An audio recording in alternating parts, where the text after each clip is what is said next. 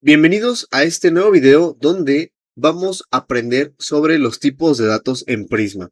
En el video anterior creamos nuestro primer modelo. También aprendimos qué es una llave primaria y por qué todas las tablas necesitan un identificador y ejecutamos también nuestra primera migración. Sin embargo, nuestra tabla todavía está muy lejos de representar a un usuario real. Actualmente solamente tiene un solo campo, que es el ID, y aunque esto es suficiente para crear una tabla, un usuario normalmente almacena muchísimo más información, como por ejemplo el nombre, el apellido, el correo electrónico, la fecha de nacimiento, la edad, salario, si la cuenta es activa, bueno, muchos campos que pueden llegar a tener nuestro modelo de usuario. Cada uno de estos datos necesita almacenarse de una manera diferente, y es que precisamente por eso existen los tipos de datos. Antes de escribir código, quiero explicar un concepto muy importante.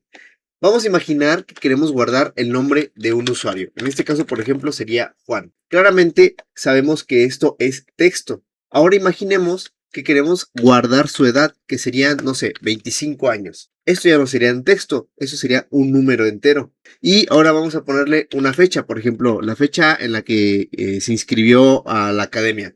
Vamos a ponerle 2026-05-14. Y bueno, al final vamos a darnos cuenta si está inscrito o no. Vamos a ponerle tú. Cada uno de estos datos representa un tipo de información completamente distinto. Las bases de datos necesitan saber qué clase de dato almacenará cada columna. No va a tener sentido si queremos guardar un texto dentro de una columna destinada justamente a fechas. O justamente guardar una fecha dentro de una columna donde son puros números. Prisma va a funcionar exactamente igual de esta manera. Cada campo debe indicar qué tipo de información va a almacenar. Ahora vamos a continuar trabajando sobre nuestro modelo. Y bueno, poco a poco iremos agregando más información. El primer tipo que conoceremos es probablemente el que más se utiliza, que es el tipo de dato para un campo de texto. Entonces vamos a agregar aquí el first name y vamos a ponerle string y el last name vamos a ponerle string. Justamente el tipo string representa, como lo dije anteriormente, una cadena de texto.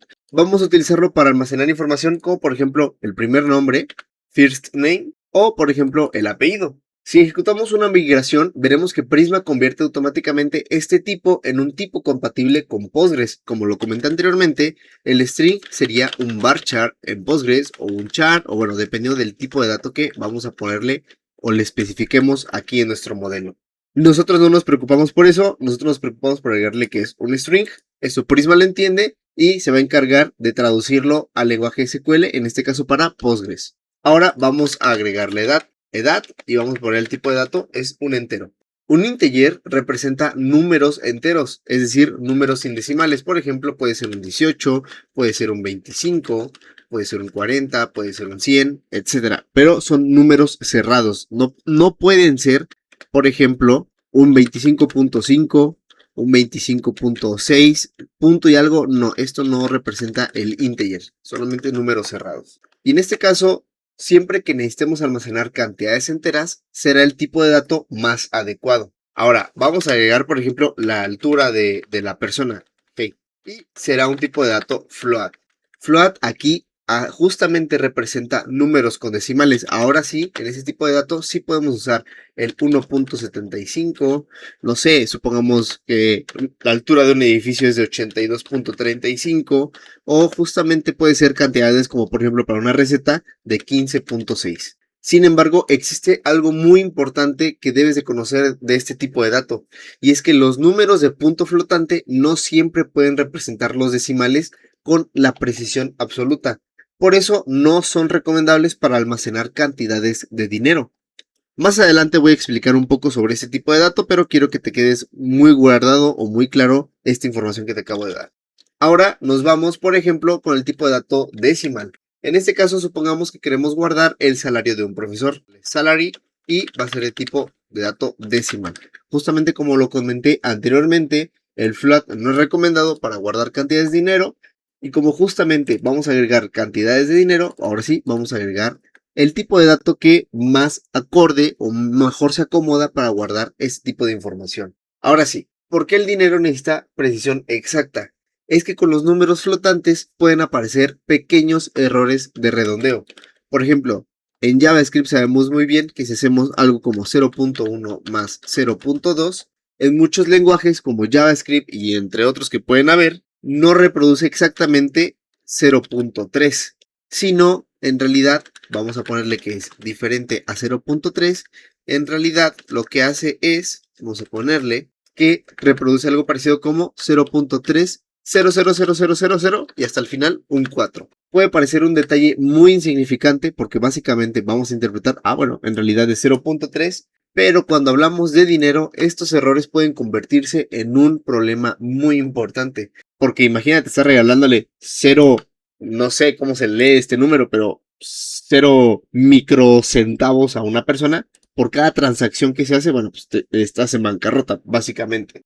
Bueno, regresando al tema, por esta misma razón, siempre que trabajamos con dinero o impuestos o algo de facturación, porcentajes financieros o algo que necesita ser básicamente el número exacto o lo más preciso posible, vamos a utilizar ese tipo de dato que es decimal. Y bueno, es una excelente práctica que vas a encontrar prácticamente en cualquier sistema profesional que puedes llegar a trabajar o que puedes llegar a tener. Bueno, continuemos. Vamos a agregar ahora un tipo de dato para indicar si la cuenta está activa. Vamos a ponerle isActive y vamos a ponerle un booleano. Ese tipo de dato solamente puede almacenar dos valores, que es un true o un false. Bueno, ese tipo de dato lo vamos a utilizar constantemente para representar estados, como por ejemplo, si un curso está publicado, si un usuario está activo, una inscripción fue confirmada, si el profesor está disponible en ese horario, bueno, etcétera, ¿no? Es uno de los tipos de datos más sencillos y más utilizados. Muy bien, ahora vamos a agregar la fecha de nacimiento, que será el birthday, y justamente como comenté en videos pasados, existe un tipo de dato que es el datetime. Ese tipo de dato va a almacenar fechas y horas, por ejemplo, 2026, 07, 05, una T de tiempo, 14, 30 horas con 00 segundos. Más adelante, ese tipo de dato también lo vamos a utilizar para almacenar, por ejemplo, la fecha en que fue creada un registro o la fecha que fue actualizado un registro, cuando inician los cursos, cuando se vence, por ejemplo, cuando se acaba el curso escolar o algunos eventos. Bueno, ese es uno de los tipos más importantes dentro de Prisma. Para nuestro modelo user vamos a utilizar básicamente estos, claro, son meramente de ejemplo, no significa que vamos a utilizar todos, pero también te quiero comentar que Prisma incluye otros tipos de datos menos comunes, como por ejemplo está el Big Int, que permite almacenar números enteros extremadamente grandes. Normalmente no va a ser necesario utilizarlo, pero bueno, es útil para sistemas que manejan cantidades muy elevadas. También tenemos el tipo de dato JSON, que ese tipo de dato permite almacenar documentos JSON completos, como por ejemplo, vamos a poner, no sé, el dim, que sería dark, no sé, el language, que sería el idioma en el que el usuario tiene preferencia que se muestre la plataforma, y no sé, notifications va a ser igual a un true. Es decir, es muy útil ese tipo de dato cuando queremos cierta información que cambia constantemente o no tiene una estructura fija. Más adelante vamos a ver algunos casos donde resulta especialmente conveniente usar ese tipo de dato, pero bueno, quiero que sepas que existe ese tipo de información. Y finalmente tenemos lo que son los bytes. Ese tipo de dato permite almacenar información binaria. Por ejemplo, si queremos guardar, no sé, archivos, imágenes, certificados, datos codificados, básicamente se traduce todo en que sean archivos o bueno, información que se puede almacenar justamente en bytes. Y bueno, y aunque en aplicaciones modernas ya no es recomendable o normalmente preferimos almacenar los archivos en algunos servicios especializados como en Amazon AWS o no sé, justamente guardarlo en el mismo servidor.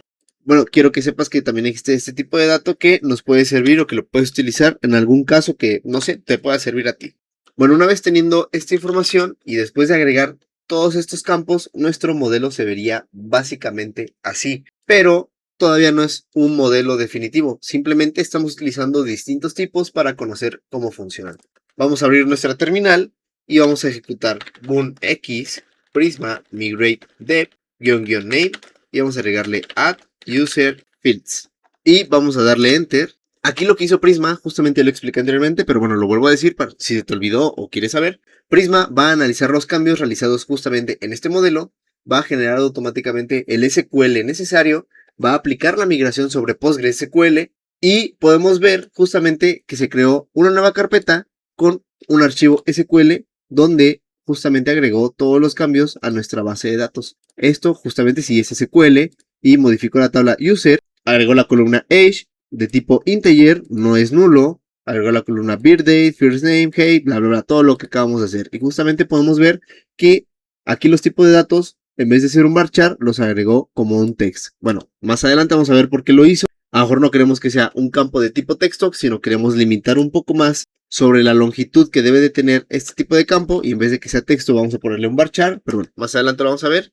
La altura fue un double precision y el salario es un decimal con esta información. Y si nos vamos a nuestra base de datos, actualizamos, vamos a ver que la tabla user ahora contiene muchísimas más columnas, que fue lo que hicimos en nuestro modelo. Agregamos la edad, la fecha de nacimiento, el nombre, la altura, si está activo, el apellido y el salario. Igual podemos hacer un select asterisco from user y vamos a ver que ahora sí ya tenemos justamente esta información en nuestra base de datos. Y bueno, si seleccionamos nuestro user, yo en mi caso le pongo control Q, vamos a ver el script que utilizó Prisma para crear nuestra base de datos. Y vemos que first name, como lo vimos en nuestro SQL, tenemos el tipo de dato texto, height es un double precision, isActive es un booleano, last name es un tipo de dato texto, bueno, etc.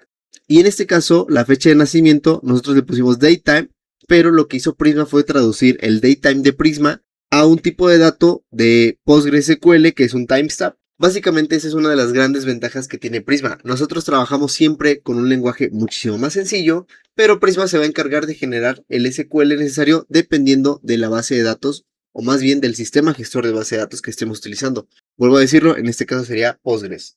A partir de este momento ya podemos comenzar a construir modelos muchísimo más completos. Y aunque nuestro modelo ya tiene varios campos, todavía le faltan muchas características muy importantes. Por ejemplo, ¿cómo le indicamos que un correo electrónico debe de ser único? O cómo podemos hacer un campo que sea opcional. ¿Qué significa opcional?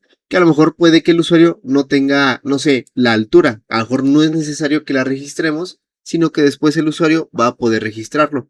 En este caso, si queremos registrar un usuario que no tenga una altura, bueno, va a tronar nuestra base de datos porque es un campo obligatorio. También cómo podemos asignarle un valor por defecto. A lo mejor que el isActive por defecto sea false, o igual que sea true, o a lo mejor que el salario sea automáticamente, no sé, que todos empiecen con un salario de, no sé, 100 pesos, $100. Bueno, todo eso lo lograremos mediante los atributos de Prisma.